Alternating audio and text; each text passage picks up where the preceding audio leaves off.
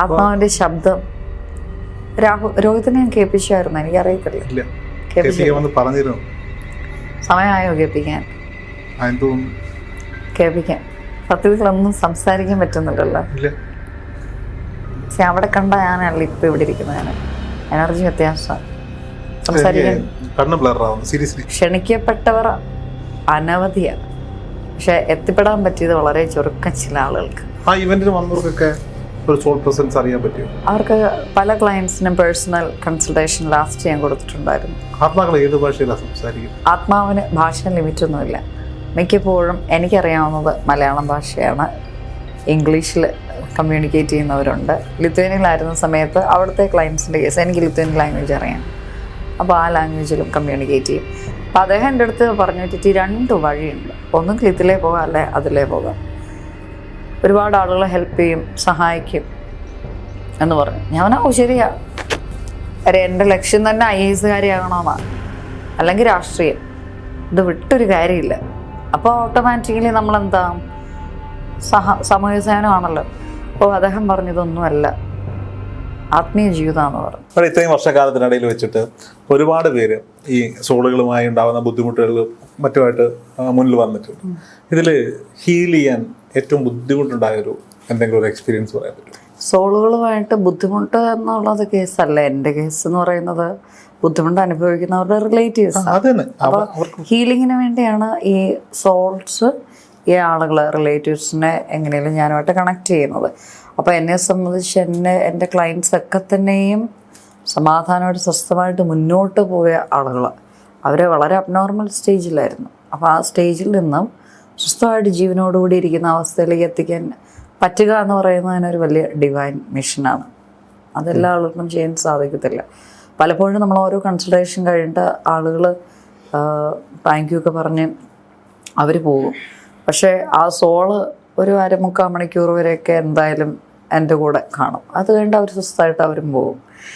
അപ്പോൾ എന്നുവെച്ചാൽ നമുക്കൊരു ഗസ്റ്റ് വരുന്നു, സമാധാനമായിട്ട് അവരുടെ കാര്യങ്ങളൊക്കെ സംസാരിക്കുന്നു, പോകുന്നു. ആ ഒരു ലെവലിലേക്ക് ഉയരാനായിട്ട് ഒരുപാട് വർഷങ്ങൾ എനിക്ക് എടുക്കുകയും ആ ഒരു തലത്തിലേക്ക് എത്താനായിട്ട് എനിക്ക് എൻ്റേതായ ഒരുപാട് പേഴ്സണൽ സാക്രിഫൈസ് എന്നുള്ളൊരു വാക്ക് ഞാൻ ഉപയോഗിക്കത്തില്ല, പേഴ്സണൽ ലൈഫിൻ്റെ ചേഞ്ചസ് ഉണ്ടാവുകയും ചെയ്തു. അപ്പോൾ അത് നമ്മൾ അക്സെപ്റ്റ് ചെയ്യണം. അത് ഈ ബന്ധുക്കളെ ആയാലും മറ്റുള്ളവരെ ആയാലും ഏറ്റവും കൂടുതൽ മാനസികമായിട്ട് അല്ലെങ്കിൽ വേറെ എന്തെങ്കിലും രീതിയിൽ ഉപദ്രവിച്ചൊരു സോളിനെ അങ്ങനത്തെ കേസസ് എനിക്ക് ഇല്ല കേട്ടോ. ഉപദ്രവിച്ച കേസസ് ഒന്നും എനിക്ക് സോഫാറില്ല. പിന്നെ അവരൊക്കെ എങ്ങനെയാണ് തിരിച്ചറിയുന്നത് സോളിന്റെ ബുദ്ധിമുട്ടുണ്ട് എന്നുള്ളത്? ക്ലയൻസിന് പലപ്പോഴും നമ്മൾ കൊടുക്കുന്ന അറിവുകൾ, ഇപ്പം എൻ്റെ വീഡിയോസ് ഉണ്ട്, അല്ലെങ്കിൽ മറ്റ് ആളുകളുടെ വീഡിയോസ് ഉണ്ട്. അപ്പോൾ അതിൻ്റെ അകത്തുനിന്നൊക്കെ പറയുന്നത് ഈ അവിടെ ഇവിടെയൊക്കെ കേട്ട് എന്തെങ്കിലുമൊക്കെ പറയുന്ന കേസസ് ആയിരിക്കാം. എൻ്റെ കേസ് വ്യത്യാസം. ഞാനല്ല ഈ റിസർച്ച് ഓറിയൻറ്റഡ് ആയിട്ടേ ഒരു കാര്യം സംസാരിക്കുള്ളൂ. അതൊരു പക്ഷേ നമ്മുടെ ആ പൊളിറ്റിക്കൽ സയൻറ്റിസ്റ്റ് മൈൻഡ് അതങ്ങനെ വർക്കൗട്ട് കിടക്കുന്നതുകൊണ്ടാകും. അപ്പോൾ റിസർച്ച് ഓറിയൻറ്റഡ് ആയിട്ട് സംസാരിക്കുമ്പോൾ തന്നെ വിത്ത് എവിഡൻസിലാണ് പോകുന്നത്. 12-ാം തീയതി ജനുവരിയിൽ വന്ന ആളുകൾ ഇത് റിയലായിട്ട് കണ്ട ആളുകളാണ്. ബൈബിളിലൊരു വാക്കുണ്ട്, ക്ഷണിക്കപ്പെട്ടവർ അനവധിയാണ്, പക്ഷെ എത്തിപ്പെടാൻ പറ്റിയത് വളരെ ചുരുക്കം ചില ആളുകൾക്ക് എന്ന് പറയുന്നത് പോലെ. ആ ഇവന്റിന് വന്നവർക്കൊക്കെ ഒരു സോൾ പ്രസൻസ് അറിയാൻ പറ്റുമോ? അവർക്ക് പല ക്ലയൻസിനും പേഴ്സണൽ കൺസൾട്ടേഷൻ ലാസ്റ്റ് ചെയ്യാൻ കൊടുത്തിട്ടുണ്ടായിരുന്നു. അപ്പോൾ അവരുടെ കൂട്ടത്തിൽ അവർ വന്ന സ്റ്റേജിൽ എൻ്റെ കൂടെ ഇരിക്കുമ്പോൾ അവരുടെ കൂടെ വന്ന ആ സമയത്ത് വന്ന സോൾസിൻ്റെ കേസ് ഞാൻ ഇവരോട് പറഞ്ഞു കൊടുക്കും. ഇവരാരാണ്, ഇതെന്താണ്, ഇതിങ്ങനെയാണ് മരിച്ചത് എന്നൊക്കെ ഞാൻ പറഞ്ഞു കൊടുത്തു. അവർക്കൊക്കെ അത് അനുഭവപ്പെടാൻ പറ്റി. ആത്മാവിൻ്റെ ശബ്ദം രോഹിത്തിനെ ഞാൻ കേൾപ്പിച്ചായിരുന്നു, എനിക്കറിയത്തില്ല. സമയമായോ കേൾപ്പിക്കാൻ? കേൾപ്പിക്കാം. ലാപ്ടോപ്പ് വണ്ടിയില്ലെന്ന് തോന്നുന്നു. കേൾപ്പിക്കാം.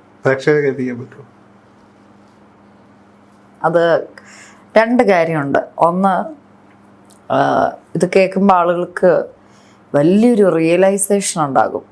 ഈ കാണിക്കുന്ന അഹങ്കാരവും ജാടയും തൻ്റെ ഇടവും ഞാനെന്നുള്ള ഭാവവും ആരൊക്കെയോ ഭീഷണിപ്പെടുത്തി ജീവിക്കുന്നതും അതല്ലെങ്കിൽ ആരൊക്കെയോ വെറുപ്പിച്ച് ജീവിക്കുന്നതും വേദനിപ്പിച്ച് ജീവിക്കുന്നതും ഒക്കെ ശുദ്ധ വിട്ടിതരാണ് എന്ന് മനസ്സിലാകും. എന്നിട്ടൊരു റിയലൈസേഷൻ ഉണ്ടാകും, റിയലൈസേഷൻ ഉണ്ടാകും, മാറ്റം നന്മയിലേക്കാകും. ആത്മാക്കൾ ഏത് ഭാഷയിലാണ് സംസാരിക്കുന്നത്? മിക്കപ്പോഴും എനിക്കറിയാവുന്നത് മലയാളം ഭാഷയാണ്. ഇംഗ്ലീഷിൽ കമ്മ്യൂണിക്കേറ്റ് ചെയ്യുന്നവരുണ്ട്. ലിത്വേനിയയിലായിരുന്ന സമയത്ത് അവിടുത്തെ ക്ലയൻസിൻ്റെ കേസ് എനിക്ക് ലിത്വേനിയൻ ലാംഗ്വേജ് അറിയാം. അപ്പോൾ ആ ലാംഗ്വേജിലും കമ്മ്യൂണിക്കേറ്റ് ചെയ്യും. യൂഷ്വലി ഇംഗ്ലീഷ് അല്ലെങ്കിൽ മലയാളം. ആത്മാവിന് ഭാഷ ലിമിറ്റൊന്നുമില്ല, പക്ഷെ എനിക്ക് ലിമിറ്റുണ്ടല്ലോ. അതവർക്കറിയാം. അപ്പം അങ്ങനെയാണ് എല്ലാ ഭാഷയിലും സംസാരിക്കും. നമ്മൾ ആ ഒരു സ്റ്റേജ് എത്തി കഴിയുമ്പോഴത്തേക്ക് നമുക്ക് മനസ്സിലാകും. ഈ ശബ്ദത്തിൻ്റെ പ്രത്യേകത വളരെ സോഫ്റ്റാണ്, ശാന്തവും സന്തോഷം തരുന്ന ശബ്ദമാണ്. എൻ്റെ കേസാണ് ഞാൻ പറഞ്ഞത് കേട്ടോ. അല്ലാതെ വെറുതെ ഈ സിനിമാക്കാരൻ നോവലുകാരൊക്കെ എഴുതി പിടിക്കുന്നില്ല, അങ്ങനല്ല. അതുണ്ട്, ഇല്ലെന്ന് ഞാൻ പറയത്തില്ല. സിനിമക്കാർക്ക് പിന്നെ സിനിമ ഹിറ്റായി പോകാനായിട്ട് ഒരുപാട് അലർച്ചയും അതും ഇതും ഒക്കെ ഉണ്ട്. എന്നാൽ അങ്ങനെ ഒരു കേസ് ഇപ്പം ഇന്ത്യയിൽ വന്നതിന് ശേഷം ഒരു കേസ് എനിക്കുണ്ടായിരുന്നു. ഞാൻ ആ വീട്ടിൽ നേരിട്ട് ഞാൻ പോയി ഞാനത് ക്ലെൻസ് ചെയ്തു. ഇവിടെ ഇറങ്ങിക്കോളാൻ പറഞ്ഞു. ആ ക്ലയൻറ്റിനോട് ഞാൻ സംസാരിക്കുന്ന സമയത്ത് അവർക്കത് കേൾക്കാൻ പറ്റുന്നില്ല, എനിക്ക് കേൾക്കാം. ഞാനിപ്പുറത്തിരുന്നത് എൻ്റെ മറ്റേ 2 ഫോണുണ്ട്. ഒരു ഫോണിൽ സ്പീക്കർ ഇട്ടിട്ട് മറ്റേ ഫോണിൽ ഞാനിത് റെക്കോർഡ് ചെയ്തു. അതൊന്നും ഒരാളെ കൊണ്ടും കേൾക്കാൻ പറ്റുകയില്ല. എന്ന് വെച്ചാൽ ഭയങ്കര പുച്ഛമാണ് എന്നോട്. ശരിയാക്കി തരാമെന്ന് പറഞ്ഞു. അങ്ങനെ ക്ലെൻസ് ചെയ്ത് ഇറക്കി വിട്ടൊരു കേസുണ്ട്. പോയി തൃപ്തിപ്പെടുത്തിയാണോ വിടുന്നത്? തൃപ്തിപ്പെടുത്തി വിടേണ്ടത് തൃപ്തിപ്പെടുത്തി വിടാൻ പറ്റുള്ളൂ. നമ്മളെന്നാൽ രൗദ്രഭാവത്തിൽ ചെയ്യേണ്ടത് ആ രൗദ്രഭാവത്തിൽ തന്നെ ചെയ്തേ പറ്റുള്ളൂ. ഈ ശബ്ദങ്ങളൊക്കെ ഈ ഇലക്ട്രോണിക് ഡിവൈസിൽ റെക്കോർഡ് ചെയ്യാൻ പറ്റും? പറ്റും. അത് ചെയ്യാൻ ശ്രമിക്കാതിരിക്കുന്ന സാധാരണ ആളുകൾക്ക് നല്ലത്. കാര്യം അത് കേട്ട് ഇപ്പം നമ്മൾ വർഷങ്ങളായിട്ട് ഇൻ്റർവ്യൂ എടുത്തെടുത്ത് രോഹിത്തിന് എന്തായി, ആര് വന്നാലും ആ ഒരു സ്റ്റേജ് എത്തി. ആ ഒരു സ്റ്റേജിൽ ഞാൻ ഇതുവരെ ഒന്നും എത്തിയിട്ടൊന്നുമില്ല. എന്നാലും ഇപ്പോൾ എന്നെ സംബന്ധിച്ച് ഒരു സോള് കണക്ട് ചെയ്യുന്നതെന്ന് പറഞ്ഞാൽ ആയിക്കോട്ടെ. കാര്യം പല ലെയർ ഓഫ് പ്രൊട്ടക്ഷൻ ഉണ്ട്. ആ ലെയർ ഓഫ് പ്രൊട്ടക്ഷൻ ഭേദിച്ച് ഒരു ക്ലയൻറ്റ് വരണം എന്നുണ്ടെങ്കിൽ അവർക്ക് അതിനുള്ള ഈശ്വരാനുഗ്രഹവും നിയോഗവും ഉള്ളതുകൊണ്ടാണ്. അല്ലെങ്കിൽ അവർക്ക് എത്തിപ്പെടാൻ പറ്റില്ല. ആ ഒരു അണ്ടർസ്റ്റാൻഡിങ് എനിക്കുണ്ടായി. അതുകൊണ്ട് ഞാൻ ടെൻഷൻ ആവേണ്ട കാര്യമില്ല. എന്നാൽ നമ്മൾ എടുക്കേണ്ട പ്രയർ വൈസ് ചെയ്യേണ്ട പ്രിക്കോഷൻസ് ചെയ്യുകയും ചെയ്യും. അല്ലാതെ നമുക്കങ്ങനെ ചെയ്യാൻ പറ്റത്തില്ല. ഈ ചില കർമ്മങ്ങളിലൊക്കെ എന്ത് കർമ്മമായാലും ഈ കർമ്മങ്ങൾ ചെയ്യുന്നവർക്ക്, കർമ്മം എന്ന് ഞാൻ ഉദ്ദേശിക്കുന്നത് എന്ത് കർമ്മമായിരിക്കും, കുറച്ച് വാങ്ങൽ വരുമെന്നല്ലേ? തിരിച്ചു വാങ്ങേണ്ടി വരും. അതിനൊക്കെ എങ്ങനെയാണ് പ്രിക്കോഷൻ എടുക്കണേ? പ്രിക്കോഷൻ അത് പ്രയർ വൈസുള്ള പ്രൊട്ടക്ഷൻ ഉണ്ടെന്ന് പറഞ്ഞാൽ അതുകൊണ്ട്. പിന്നെ ഇങ്ങനൊരു ഈ ഒരു ജന്മത്തിൽ ഈ ഒരു കർമ്മം ഞാൻ ചെയ്യണം എന്നുള്ളത് ഈശ്വര നിയോഗമാണ്. അത് തെറ്റിച്ച് ഞാൻ ഇറങ്ങി ഓടിയ ആളാണ്. എന്ന് വെച്ചാൽ എന്നെ കൊണ്ട് ഈ പണിയൊന്നും പറ്റുകയില്ല, എനിക്ക് ഇതിനൊന്നും താല്പര്യമൊന്നുമില്ല. 18 കേസ് ഞാൻ പറഞ്ഞില്ലേ, അദ്ദേഹം ഇത് പറഞ്ഞു, അമ്മച്ചീനെ സ്വസ്ഥമാക്കി ഹാപ്പിയാക്കി സന്തോഷമായിട്ട് ക്ലിയർ ചെയ്തു. അന്ന് അത് കഴിഞ്ഞിട്ടാണ് അദ്ദേഹം എൻ്റെ ജാതകത്തിൻ്റെ എക്സ്പ്ലനേഷൻ ഇരിക്കുന്നത്. അപ്പം അദ്ദേഹം എൻ്റെ അടുത്ത് പറഞ്ഞിട്ട് 2 വഴിയുണ്ട്, ഒന്നും ഇതിലേ പോകാം അല്ലെ അതിലേ പോകാം. ഒരുപാട് ആളുകൾ ഹെൽപ്പ് ചെയ്യും, സഹായിക്കും എന്ന് പറഞ്ഞു. ഞാൻ ശരിയാ, അരെ എൻ്റെ ലക്ഷ്യം തന്നെ IAS കാരിയാകണമെന്നാണ്, അല്ലെങ്കിൽ രാഷ്ട്രീയം. ഇത് വിട്ടൊരു കാര്യമില്ല. അപ്പോൾ ഓട്ടോമാറ്റിക്കലി നമ്മളെന്താ സാമൂഹ്യ സേവനമാണല്ലോ. അപ്പോൾ അദ്ദേഹം പറഞ്ഞതൊന്നുമല്ല, ആത്മീയ ജീവിതമാണെന്ന് പറഞ്ഞു. അപ്പോൾ എനിക്ക് ആത്മീയ ജീവിതം എനിക്കും കാര്യം കൊച്ചിലോട്ടെ ഈ പ്രസംഗം കഥാപ്രസംഗം ദയവ് ഇതൊന്ന് നിങ്ങൾ ശ്രദ്ധിക്കണേ. വോയിസ് കേട്ടിട്ട് എന്നെ നിങ്ങൾ ഇവാലുവേറ്റ് ചെയ്യുന്ന ഒരുപാട് ആളുകൾ നേരിട്ട് ഇപ്പോൾ ഓഫീസിൽ വന്നിട്ട് പറഞ്ഞു, മാഡം ഇത്രയും സോഫ്റ്റ് ആയിരുന്നോ എന്നൊക്കെ ചോദിച്ചു. ഞാൻ എന്നാന്ന് ചോദിച്ചു. അങ്ങനെ പറഞ്ഞു. അല്ല ഇൻ്റർവ്യൂവിലൊക്കെ ഭയങ്കര സീരിയസ്നെസ്. തുടക്കത്തിൽ പറയണ്ടെന്ന് വിചാരിച്ചത് ഇന്നത്തെ ഇന്റർവ്യൂവിലാണെന്ന് തോന്നുന്നു കുറച്ചുകൂടി ഭയങ്കര സോഫ്റ്റ്. ശരിക്ക് അത് നമ്മൾ സംസാരിക്കുമ്പോൾ അങ്ങനെ ആയി പോകുന്നതാണേ, അല്ലാതെ മനഃപൂർവ്വം ചെയ്യുന്നൊന്നുമല്ല. ശരിക്കും സോഫ്റ്റ് ആയതുകൊണ്ടാണ് സോൾസ് കണക്ട് ചെയ്യുന്നത്. ശരശ മേഡത്തിന്റെ മുഖത്തെ എക്സ്പ്രഷൻസ്, എന്ത് ചെയ്യണം, എങ്ങനെ ചെയ്യണം, എവിടെ ചെയ്യണം, എപ്പോൾ ചെയ്യണം എന്നൊക്കെ ഉള്ളത് താങ്കൾക്ക് അപ്പുറത്ത് നിന്ന് മറ്റാരോ നിയന്ത്രിക്കുന്നുണ്ട്? ഉണ്ട്. കാണാൻ പറ്റുന്നുണ്ടോ? ഇല്ല. അറിയാമല്ലോ, ഞാനിപ്പോൾ മേഡത്തെ ഇന്നും കൂടി 8ാമത്തെ ദിവസമായിരിക്കും കാണുന്നത്, 8ാമത്തെ വട്ടമായിരിക്കും കാണുന്നത്. ഓരോ ദിവസവും ഓരോ രൂപത്തിൽ ഓരോ രീതിയിലാണ് സംസാരിക്കാറ്. കഴിഞ്ഞ ദിവസം വന്നപ്പോൾ ഒന്നുകൂടി ഹാപ്പിയായിരുന്നു, ഭയങ്കര ഹാപ്പിയായിരുന്നു. അന്ന് മറ്റൊരാവശ്യമായിട്ട് മാഡം ഓഫീസിലെത്തിയത്. ഇന്നിപ്പോൾ സാധാരണഗതിയിൽ മാഡം വരുമ്പോൾ നമുക്കൊരു ഇൻ്റർവ്യൂ എടുത്താലോ എന്ന് ചോദിക്കുമ്പോൾ വേണ്ട എന്ന് പറയുന്ന ആൾ ഇന്ന് ഞാൻ വേണോ എന്ന് ചോദിച്ചപ്പോൾ രോഹിതൊക്കെ ആണെങ്കിൽ ഇരിക്കാം എന്ന് മാഡം ഇങ്ങോട്ടേക്ക് പറഞ്ഞു. സാധാരണ മാഡത്തിൻ്റെ ഒരു ഇൻ്റർവ്യൂ കിട്ടുക എന്ന് പറയുന്നത് വളരെ ബുദ്ധിമുട്ടാണ്. 1-2 പേരും മാഡത്തെ അപ്രോച്ച് ചെയ്യാൻ മാഡത്തിൻ്റെ നമ്പറൊക്കെ ചോദിച്ചപ്പോഴും കൊടുക്കണ്ട, മെയിൽ ID കൊടുത്തോളൂ എന്നാണ് മാഡം പറഞ്ഞത്. അപ്പോൾ ഓരോ ദിവസവും ഓരോ ഭാവവും ഓരോ രൂപമായിട്ട് എനിക്ക് തോന്നിയിട്ടുണ്ട്. അതുകൊണ്ടാണ് ഞാൻ ആ ചോദ്യം ചോദിച്ചത്. കാര്യം എന്നെ നിയന്ത്രിക്കുന്നത് ഞാനല്ല,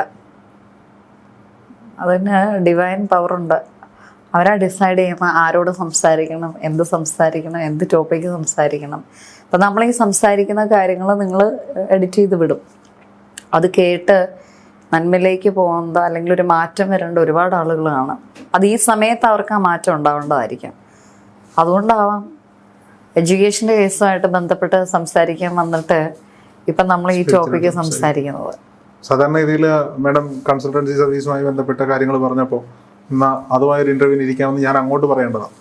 പ്രത്യേകിച്ച് നമ്മൾ ഈ സ്പിരിച്വൽ കണ്ടന്റുകൾക്ക് അപ്പുറത്തേക്ക് ഇത് ചെയ്യുന്ന ഒരാൾ മറ്റൊരു കണ്ടന്റ് ചെയ്യുക എന്ന് പറയുമ്പോൾ എനിക്കതെടുക്കാനാണ് കൂടുതൽ താല്പര്യം.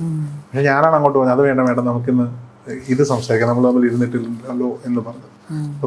കേൾക്കുന്ന പ്രേക്ഷകർക്ക് സംശയം ഉണ്ടാകും എന്താണ് ഇവർ രണ്ടുപേരോട് ഇരുന്ന് പറയുന്നത് എന്നുള്ളത്. മേഡത്തിന് നമുക്കത് പറഞ്ഞു പോകാൻ തോന്നുന്നു. മേഡം ഒരു ബിസിനസ് ഇന്ത്യയിൽ ആരംഭിക്കുക. കുറേ വർഷങ്ങളായിട്ട് ഞാൻ യൂറോപ്പിൽ ചെയ്യുന്ന ഓവർസീസ് എഡ്യൂക്കേഷണൽ കൺസൾട്ടൻസിയാണ്. അപ്പോൾ അതിൻ്റെ ബ്രാഞ്ച് നമുക്ക് കളമശ്ശേരിയിലുണ്ടായിരുന്നു. അത് പക്ഷേ മുരളി സാറിന് അദ്ദേഹമാണ് ഇപ്പോൾ അത് ടേക്ക് കെയർ ചെയ്യുന്നത്. എൻ്റെ കമ്പനി ടെസ് യൂറോപ്പ് എഡ്യൂനെറ്റ് എന്ന് പറയുന്നത്, ഈ ടെസ് തെരേസയാണ്. അപ്പോൾ എന്ത് ചെയ്താലും തെരേസയിൽ നിന്ന് ഇറങ്ങാൻ എന്നെക്കൊണ്ട് സാധിക്കുന്നില്ല. 100% ആത്മീയ ജീവിതം അത് മാത്രം മതി എന്ന് ഞാൻ ഡിസൈഡ് ചെയ്തിട്ട് പോലും അതല്ല, ഇതും ചെയ്തേ പറ്റുള്ളൂ, ഒപ്പം ഗൃഹസ്ഥാശ്രമവും ചെയ്തേ പറ്റുള്ളൂ എന്ന് പറഞ്ഞൊരു വലിയ മിഷൻ. അത് ഇറ്റ്സ് എ ഹ്യൂജ് മിഷൻ, ചെറിയ കാര്യമല്ല കൊണ്ടുപോകാന്ന് പറയുന്നത്.